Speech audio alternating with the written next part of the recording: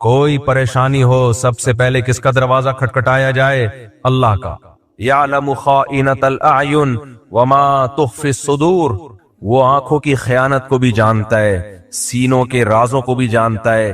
هو اعلم بکم اذ انتم اجنۃ فی بطون امہاتکم، جب تمہاری ماں تمہیں نہیں جانتی تھی، ماں کے پیٹ میں تھے تم، وہ اس وقت سے تمہیں جانتا ہے، تم سے محبت کرتا ہے ماں سے بھی 70 گنا زیادہ۔ علی کل شیء قدیر ہے، اس کی عظمت ہے، اس کا جلال ہے، لہذا جب بھی پکارا جائے گا، وہ پکار جو اسباب سے ہٹ کے ہے۔ اسباب کا مطلب کیا ہے؟ مجھے پیاس لگ رہی ہے، میں کہتا ہوں پانی چاہیے، آپ جائیں گے اٹھ کے کولر سے پانی نکالیں گے لے آئیں گے، یہ وہ مدد نہیں ہے، یہ تو ہر ایک سے مانگی جاتی ہے۔ ایک مدد وہ ہوتی ہے اس کے ارادے کا نام، جب وہ کسی چیز کا ارادہ کرتا ہے تو دو کام کرتا ہے، یا تو ویسے اسباب پیدا کر دیتا ہے یا بغیر سبب کے کام کر دیتا ہے۔ وہ بغیر سبب کے کام کرے، اس کو معجزہ اور کرامت کہتے ہیں۔ سمجھ میں آ رہی ہے بات؟ اس کو کیا کہتے ہیں؟ معجزہ اور کرامت۔ کوئی سبب نہیں ہے، کر دیا اس نے۔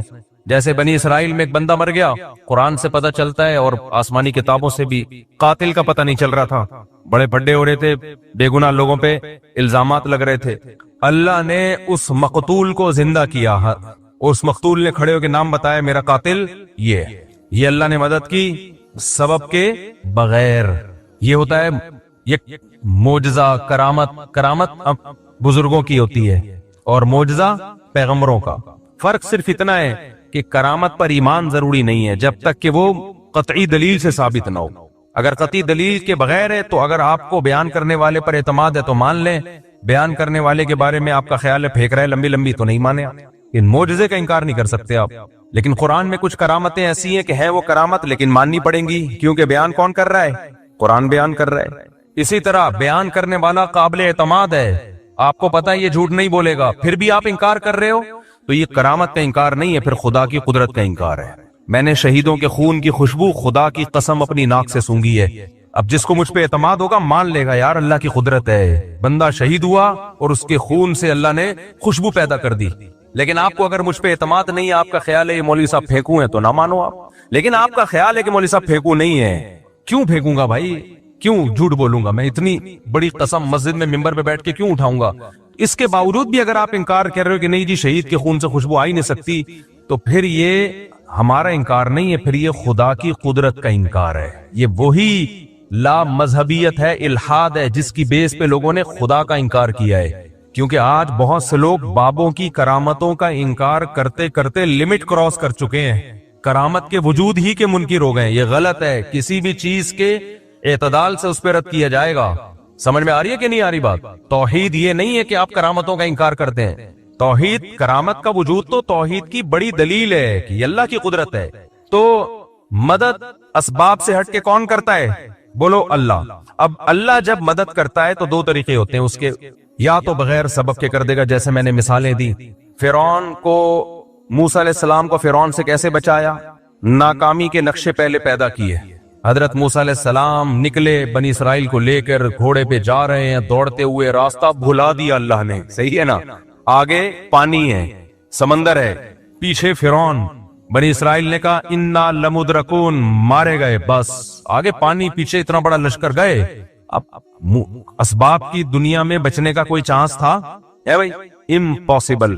موسیٰ علیہ السلام کا اللہ پہ اعتماد، تو یہ جو اعتماد ہے یہ ہے وہ محبت جو کس کو دی جا رہی ہے؟ معبود کو۔ اگر وہاں کوئی سائنٹسٹ آ کے حضرت موسیٰ علیہ السلام کو کہتا کہ میں کوئی ابھی ایسا کروں گا، ایک توپ ایجاد کر لوں گا اور ان فرعونیوں پہ آپ بمبارمنٹ کرو گے، موسیٰ علیہ السلام مان لیتے اس کی بات؟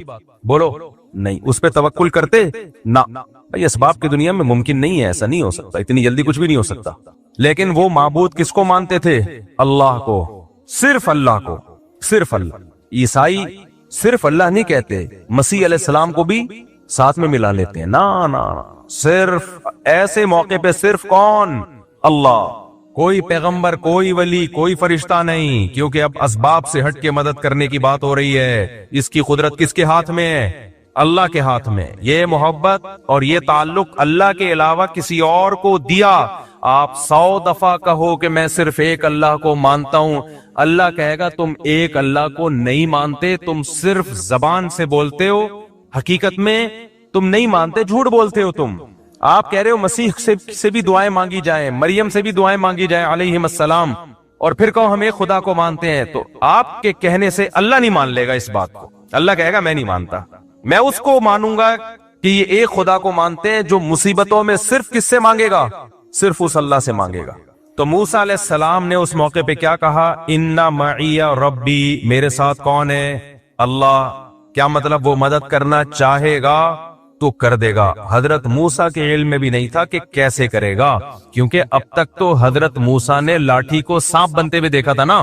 تو یہ لاٹھی سانپ بن کے کتنے فرعونیوں کو کھا لیتی بھائی؟ کیا خیال ہے؟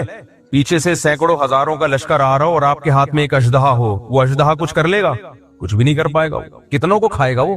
بلکہ آنے والا سب سے پہلے اژدہا پہ وار کرے گا کہ پہلے اس کو قتل کرو. تو اللہ مدد کرتا ہے بعض دفعہ بغیر سبب کے، کہتا ہے چلو بھائی. اللہ نے پھر موسیٰ علیہ السلام کو وحی کی کہ یہ لاٹھی کو آپ پانی پہ ماریے.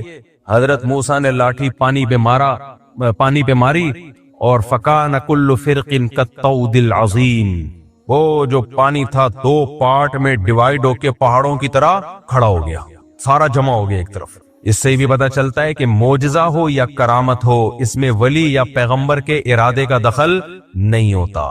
بہت سے لوگ کہتے ہیں جب موسیٰ علیہ السلام لاٹھی کو سانپ بنا سکتے ہیں، سمندر کے دو ٹکڑے کر سکتے ہیں، تو ہمارے نبی مشکل کشا کیوں نہیں ہو سکتے؟ بھائی نہ موسیٰ علیہ السلام مشکل کشا، نہ سید الانبیاء مشکل کشا. مشکل کشا صرف ایک اللہ کی ذات ہے جس کے پاس اختیارات ہیں. حضرت موسیٰ کے پاس اگر سمندر کو توڑنے کا اختیار ہوتا تو خود سے کر لیتے نا یہ کام. وہ تو اللہ نے کہا کہ اے موسیٰ آپ لاٹھی کو پانی پہ ماریے. حضرت موسیٰ کو نہیں پتا کیا ہونے والا ہے، آپ کو جو حکم دیا جا رہا ہے آپ اس پہ عمل کریں.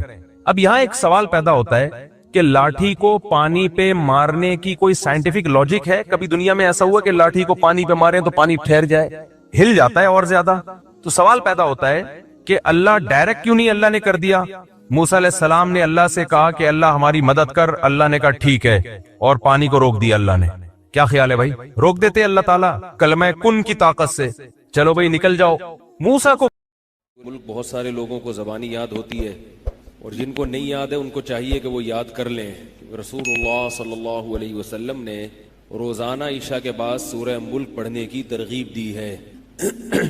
فرمایا تبارک الذی بیدہ الملک وہو علی کل شیء قدیر، بہت برکت والی ہے وہ ذات جس کے ہاتھ میں بادشاہی ہے. وہو علی کل شیء قدیر، اور وہ ہر چیز پر قدرت رکھتا ہے. الذی خلق الموت والحیات، یہ وہ ذات ہے جس نے موت کو بنایا اور زندگی کو بنایا. لیبلوکم ایکم احسن عملا، تاکہ وہ تمہیں آزمائے کہ تم میں سے کون ایسا ہے جو اچھے اعمال کرتا ہے. بہت عجیب آیت ہے. حقیقت یہ ہے کہ حضرت عمر رضی اللہ تعالی عنہ کا قول ہے من لم یعرف الجاہلیت لم یعرف الاسلام. وہ فرماتے ہیں جس نے زمانہ جاہلیت نہیں دیکھا وہ اسلام کی خوبیاں بھی نہیں پہچان سکتا.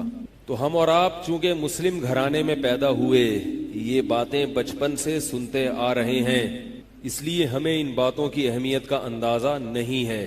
ورنہ یہ سورت جس شان کے ساتھ شروع ہو رہی ہے، جس جلال کے ساتھ شروع ہو رہی ہے، وہ ایسا زبردست جلال ہے اس سورت میں کہ انسان کے دل کو اندر سے ہلا دے. اور ہمارے دل میں، ہمارے ضمیر میں اٹھنے والے بہت سارے سوالات کا اس سورت کے شروع میں اللہ نے جواب دے دیا. تبارک الذی بیدہ الملک، بہت برکت والی ہے وہ ذات جس کے ہاتھ میں بادشاہی ہے. خود سوچیں کہ جس ذات کے ہاتھ میں اس کائنات کی بادشاہی ہوگی، جو اس کائنات کا مالک ہوگا، اسے چلانے والا ہوگا، وہ کیسا ہوگا. برکت عربی میں کہتے ہیں خیر کثیر کو. خیر کسے کہتے ہیں؟ بھلائی. خیر کسے کہتے ہیں؟ کوئی بھی بھلائی. اور برکت کہتے ہیں کہ بہت زیادہ بھلائی، تھوڑے میں بہت زیادہ ہو جانا، بھلائی ہو جانا. تو اللہ تعالیٰ کی جو ذات ہے اس میں اللہ نے بہت زیادہ اپنی ذات میں بھلائی رکھی ہے، جو ہمیں اس کائنات سے نظر آتی ہے. کس طرح اپنے بندوں کو کھلا رہا ہے. اب آپ دیکھیں ابھی کراچی میں 3-4 دن بارشیں ہوئی ہیں. اگر یہ بارشیں نہ ہوتی تو آپ کہہ سکتے تھے بھئی پھر اگست میں ہو جاتی. اگر فرض کریں اگست میں بھی نہ ہوتی تو آپ کہہ سکتے تھے بھائی جولائی اگست سپٹمبر میں ہو جاتی. فرض کریں کہ سپٹمبر میں بھی نہ ہوتی تو ہم کہہ سکتے تھے بھائی اگلے سال ہو جاتی. فرض کریں کہ اگلے سال بھی نہ ہوتی، بھائی اگلے سے اگلے ہو جاتی، 4 سال بعد ہو جاتی، 5 سال بعد ہو جاتی. اور فرض کر لیں 5 سال بعد بھی نہ ہوتی تو آپ کہیں گے ایسی ایسی خطرناک چیزیں ہمیں فرض نہ کراؤ. فرض کرنے کی بھی کوئی انتہا ہوتی ہے. یہ تو برس رہی ہیں بارشیں، اس لیے ہمیں اندازہ نہیں ہے اللہ کی خیروں کا. ہم گناہوں میں مشغول ہیں، اللہ کو نہیں مانتے. جو ماننے والے ہیں وہ بھی مان کے بھی گناہ کر رہے ہیں. لیکن عجیب بات ہے، آسمان پہ بادل آتے ہیں اور موسلا دھار بارشیں برستی ہیں. اگلے دن اخبار میں ایک چھوٹی سی خبر آ جاتی ہے، کراچی میں بے پناہ بارش، ٹریفک جیم. ہمیں یہ علم نہیں ہے کہ ہمارا پیدا کرنے والا کس طرح ہمارے جینے کا سامان کر رہا ہے. اگلے کئی سالوں تک ایک بارش اگلے کئی سالوں تک ہمیں زندگی دے کے جاتی ہے. صرف ایک بارش، ایک تسلی سے بارش ہو جائے نا، اس کا مطلب ہے اگلے 4-5 سال تک یہ قوم مرنے والی نہیں ہے، کیونکہ اس میں بہت ساری بیماریاں ختم، زمین کو حیات مل جاتی ہے، زندگی مل جاتی ہے. زمین کا پانی جو تیزی سے اس کی سطح نیچے ہو رہی تھی وہ سطح لیول پہ آ جاتی ہے. تو کیسا عجیب نظام بنایا اس اللہ نے بارشوں کا، اور اتنا عجیب سسٹم بنا دیا بارشوں کا کہ ایک انگریز نے یہ لکھا ہے کہ صرف بارش کے نظام کو دیکھ لیا جائے تو کوئی یہ کہہ نہیں سکتا کہ یہ سسٹم خود بخود چل رہا ہے، یہ کسی نے بنایا نہیں ہے. صرف ایک بارش کے نظام کو دیکھ لیا جائے اگر تو کیسی خیر ہے، کیسی خیر. ہم بے ہوش پڑے ہوتے ہیں، کھڑکی سے جھانک کے دیکھتے ہیں تو بس ایک تبصرہ کر لیتے ہیں کہ بھائی باہر کیا ہو رہا ہے، بارش ہو رہی، ختم. لیکن جو اہل اللہ ہوتے ہیں نا ان کی یہ حالت نہیں ہوتی. ہمارے شیخ حضرت مفتی رشید احمد صاحب رحمہ اللہ تعالی جب بارش ہوتی تھی تو اللہ کے عشق میں اشعار پڑھا کرتے تھے، اللہ کی محبت میں. کراچی میں 2-3 سال کے بعد بارش ہوئی تھی، تو جب پہلی بارش ہوئی تو ہمارے حضرت کی مجلس تھی، اس میں نیچے تشریف لائے تو حضرت نے فرمایا بتاؤ کون کون ہے کہ بارش کو دیکھ کر اس کی محبت میں اللہ کی آنکھ سے آنسو نکلاؤ، کون کون ہے. تو چند طلبہ ہمارے انہوں نے بتایا، انہوں نے اشعار بھی پڑھے کہ ہم نے یہ اشعار پڑھے تھے اور ہماری آنکھوں سے آنسو نکلے تھے اللہ کی رحمت کو دیکھ کر. تو ہمارے حضرت جو تھے نا، جب وہ اللہ کی محبت میں شاعری کرتے تھے تو ایسا وجد آتا تھا ایسا لگتا تھا انسان زمین پہ نہیں ہے. وہ تو چونکہ ان کے دل کی آواز ہوتی تھی نا، دل کی آواز ہوتی تھی، اللہ کی محبت ایسے بھڑکتی تھی تو ایسے شاعری کرتے تھے کہ حالانکہ یہ نہیں کہ کوئی ترنم سے پڑھ رہے ہوں یا کوئی موسیقی چل رہی ہو ساتھ میں، تو ایسا ایک دل میں جوش پیدا ہوتا تھا کہ طلبہ حضرت کو لکھ کے دیتے تھے خط میں کہ حضرت جب آپ اللہ کی محبت میں شاعری کرتے ہیں تو ایسا لگتا ہے کہ ہم زمین پہ نہیں ہیں، آسمان پہ پہنچے ہوئے، ہوا میں اڑ رہے ہیں. تو یہ اللہ والوں کے ساتھ اگر رہے نا انسان تو وہ ہر چیز کو صحیح رخ سے دیکھنا شروع کر دیتا ہے.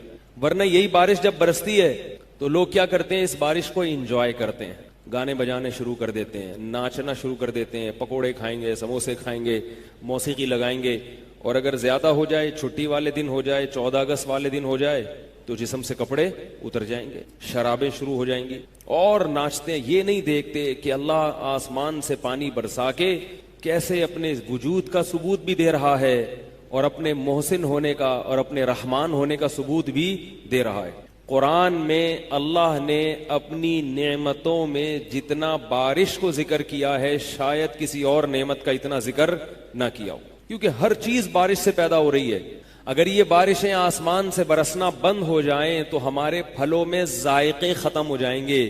ہم آرٹیفیشل کھادیں ڈال کے جو چیز اگا رہے ہیں نا وہ ذائقہ اس میں ختم. یہ جو ہمارے آموں میں مٹھاس ہے نا یہ کھاد سے نہیں ہے. ہم یہ سمجھ رہے ہیں کہ کسان جو کھاد ڈالتا ہے اس سے آم میں مٹھاس آتی ہے، ایسا نہیں ہے. کھاد جو انسان یوریا بنا رہا ہے نا اس نے تو آم کی ایسی کی تیسی کر دی ہے. یہ تو آسمان سے پانی برس رہا ہے جو اپنے ساتھ نائٹروجن لے کے آتا ہے زمین پہ، کھاد لے کر آتا ہے. وہ کھاد زمین میں جاتی ہے تو اس سے آموں میں، موسمبیوں میں ذائقہ پیدا ہوتا ہے. اللہ تعالیٰ نے آسمان کے پانی کو برکت والا پانی بتایا ہے، ماء مبارکہ، برکت. میں نے ابھی آپ کو بتایا نا برکت کی ڈیفینیشن کیا ہے، تھوڑے میں بہت زیادہ رکھ دینا. تو بارش کو اللہ نے کیا کہا، برکت والا پانی. تو کیا مطلب، بارش دیکھنے میں تو ایک چیز لگتی ہے نا، تھوڑی سی پانی ہے بس، خشکی ختم کرے گی. لیکن اس میں اللہ نے بہت ساری خیریں رکھ دی ہیں. ایک بارش سے اللہ بہت سارے کام لے رہے ہیں. ایک بارش سے آسمان سے کھاد بھی اتر رہی ہے, اسی بارش سے فضا میں موجود جراثیم بھی ختم ہو رہے ہیں, اسی بارش سے جتنی آلودگی ہے وہ زمین میں دفن ہو رہی ہے, اسی بارش سے زمین کی سطح کے اندر پانی کی سطح بھی ایک حد تک محفوظ ہے, اسی بارش سے زمین میں زندگی بھی پیدا ہو رہی ہے, طرح طرح کے نباتات اور پتہ نہیں کیا کیا جو اللہ جانتا ہے, ہم نہیں جانتے. اسی بارش سے گرمی کی شدت بھی ختم ہو رہی ہے. تو کیسا اللہ نے ایک پانی کے اندر یہ سب کچھ رکھ دیا. تو تبارک الذی کے آخر میں اللہ نے فرمایا قل ارأیتم ان اصبح ماؤکم غورا فمن یأتیکم بماء معین, بتاؤ اگر اللہ اس پانی کو زمین کے نیچے کر دے اور نیچے کر دے, کوئی ہے جو اس پانی کی سطح کو اوپر لے آئے. عجیب بات ہے نا کہ پانی برستا ہے, زمین کی رگوں میں جاتا ہے, کیونکہ گریوٹی کی وجہ سے نیچے جائے گا نا, لیکن نیچے جاتے جاتے ایک سطح پہ بریک لگ جاتی ہے. بھائی آپ زمین میں گڑھا کھودیں تو جب تک زمین کا مرکز نہیں آئے گا نا, گڑھا کھودتا چلا جائے گا, اور کوئی چیز پھینکیں گے وہ نیچے گرتی چلی جائے گی. پانی بھی پھینکیں گے تو وہ بھی زمین کے مرکز پہ جا کے رکے گا, وہ اس سے پہلے نہیں رکے گا. لیکن زمین کا مرکز اتنا نیچے ہے, اتنا نیچے ہے کہ اگر یہ بارش کا پانی زمین کے مرکز تک جذب ہوتا رہتا اور پیٹرول کی رگوں, پیٹرول کے لیول کو بھی عبور کر کے نیچے چلا جاتا اور پیٹرول اوپر آ جاتا, تو ہمارے لیے پیٹرول پینا آسان ہوتا اور پانی پینا بولو بھائی مشکل ہو. تو اللہ تعالیٰ قرآن میں فرماتے ہیں کہ سورہ ملک کے آخر میں کہ ہم پانی جو زمین میں جذب کرتے ہیں اسے ایک جگہ پہ جا کے روک دیتے ہیں, بریک لگا دیتے ہیں. کیا یہ چیز بھی سمجھ میں نہیں آتی؟ پرسوں کسی کا فون آیا, آفس میں ایک شخص ہے اللہ کو نہیں مانتا, یورپ سے فون آیا کسی کا, یورپ سے, وہ اللہ کو نہیں مانتا اور کہتا ہے جس نے مجھے فون کیا وہ پٹھان لگ رہا تھا, کوئی کہہ رہا ہے کہ وہ اللہ کو نہیں مانتا اور مجھ سے بحث بہت کرتا ہے لیکن اخلاق کا بہت اچھا ہے, باس ہے میرا مگر امپلائیز کے ساتھ حسن سلوک بولو بھائی بہت اچھا. میں نے جتنے بھی دہریے دیکھے ہیں یا سنے ہیں ان میں ایک چیز دیکھی, اخلاق کے بہت اچھے ہوتے ہیں. اخلاق کے کیا ہوتے ہیں؟ بہت اچھے, ادب و آداب بہت, تمیز بہت, کہہ رہے تنخواہیں ٹائم پہ ہو, بہت تمیز سے بات, بہت اچھے اخلاق کا عامل ہے, لیکن اللہ کو نہیں مانتا. میں نے کہا یہ اچھے اخلاق بروز محشر اس کو اللہ کے عذاب سے نہیں بچا سکتا. کتنے ہی اچھے اخلاق کر لو. اکفرت بالذی خلقک من تراب, اللہ کہتے ہیں اس ذات کا انکار کرتے ہو جس نے تمہیں مٹی سے بنایا, اس کو بھول گئے. دیکھو بچہ بھی مٹی سے کھلونے بناتا ہے, کتنی محبت کرتا ہے نا اس سے, ہے بھائی کتنی محبت کرتا ہے. آپ اس کے کھلونے کو توڑ دیں, بچے کو غصہ آتا ہے میں نے مٹی سے بنایا تھا, غصہ آتا ہے نا اس کو. اللہ فرماتے ہیں کہ میں نے تجھے مٹی سے بنایا اور تجھ سے محبت کی اور تو بنانے والے کا انکار کر رہا ہے کہ کیسے بن گیا. اکفرت بالذی خلقک من تراب, فرمایا مٹی سے بنایا, ثم من نطفہ, پھر اس مٹی سے میں نے منی کی بوند بنائی. مٹی ہی ہے نا, مختلف شکلوں میں پروسیس سے گزرتی ہے اور منی کا قطرہ بن جاتی ہے. ثم من تراب اکفرت بالذی خلقک من تراب ثم من نطفہ ثم سواک رجلا, پھر اس نطفے میں آنکھ, ناک, کان, دل, دماغ, جگر, گردے, پھیپڑے, کلیجی, آنکھیں, کان, ناک, دانت, زبان اور یہ ساری چیزیں, انگلیاں, ناخن بنا کے سواک رجلا, انسان بنا کے سیدھا کر دیا بالکل برابر. اور اب تو کیا کہہ رہے ہیں کہ میں اس کو نہیں مانتا کیونکہ وہ مجھے نظر نہیں آتا. وہ جو پٹھان بھائی جنہوں نے فون کیا پرسوں ترسوں کی بات ہے, وہ کہہ رہے ہمارا باس کہتا ہے جو گورا ہے کہ خدا ہے کہاں, دکھاؤ تو صحیح, سامنے کیوں نہیں آتا؟ اگر خدا ہے تو سامنے کیوں نہیں آ رہا؟ دکھاؤ تو صحیح کہاں ہے.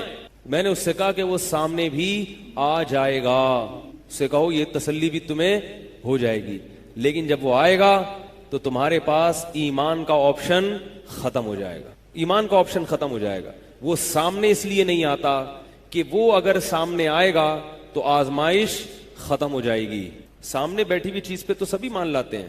وما منعنا ان نرسل بالآیات الا ان کذب بها الاولون, اللہ فرماتے ہیں کہ ہم تمہیں اپنے دین کے برحق ہونے کی ایسی نشانیاں دکھا سکتے ہیں جو 2 اور 2 4 کی طرح ہیں, 2 اور 2 4 کی طرح, لیکن اس نشانی دکھانے کے بعد کسی نے تردد کیا تو پھر فوراً اللہ کا عذاب آئے گا. فرمایا جیسے ہم نے قوم سمود کو پہاڑ سے اونٹنی نکال کے دکھا دی تھی, لیکن پھر اس کے بعد قوم سمود کو اللہ نے ایمان کا موقع نہیں دیا, تباہ کر دیا. تو اللہ ایسی نشانیاں بھی دکھا سکتے ہیں. ایک غیر مسلم کہہ رہا تھا کہ بھئی ایسی نشانی مجھے چاہیے, سب کچھ مجھے یقین ہو گیا, اسلام کا سب کچھ ہو گیا, دلائل, مجھے ایسی نشانی چاہیے. بلکہ غیر مسلم کیا, وہ تو مسلم تھا لیکن اس کو اسلام پر شکوک و شبہات, ادھر ہی مسجد میں ہی آگے ملا مجھ سے رمضان سے پہلے, شکوک اتنے ہیں اسلام پہ کہ میں چاہتا ہوں اللہ کوئی ایسی دکھا دے ایک دم ٹائٹ والی نشانی. نا ٹائٹ نہیں ہوتی, جو ایک دم بس ایسے جیسے میں کہوں کہ یار یہ سیب جو ہے نا یہ کیلا بن جائے تو وہ کیلا بن جائے, یہ خربوزہ کیا بن جائے, ناریل بن جائے. اگر اللہ ہے تو یہ کر کے دکھا دے. ہے بھائی, بات آ رہی ہے سمجھ میں کہ نہیں آ رہی؟ تو اللہ کیا فرماتے ہیں کہ قوم سمود نے ایسی ہی بےہودہ نشانی مانگی تھی. وہ بےہودہ نشانی کیا تھی؟ پہاڑ سے اونٹ نکالو. کوئی لاجک بنتی ہے؟ خربوزے کو تربوز بنا دو تو سمجھ میں آتا ہے, کیونکہ خربوزہ اور تربوز آپس میں تھوڑے تھوڑے ملتے جلتے ہیں نا. نیا کوئی گاؤں سے آئے تو وہ تو اس کو خربوزہ بولو تو تربوز اٹھا کے لے آئے گا, تربوز بولو تو خربوزہ اٹھا کے لے آئے گا. ٹھیک ہے, تھوڑا سا ان میں ہے. لیکن پہاڑ ہے, اس سے کیا بولا, اونٹنی نکالو.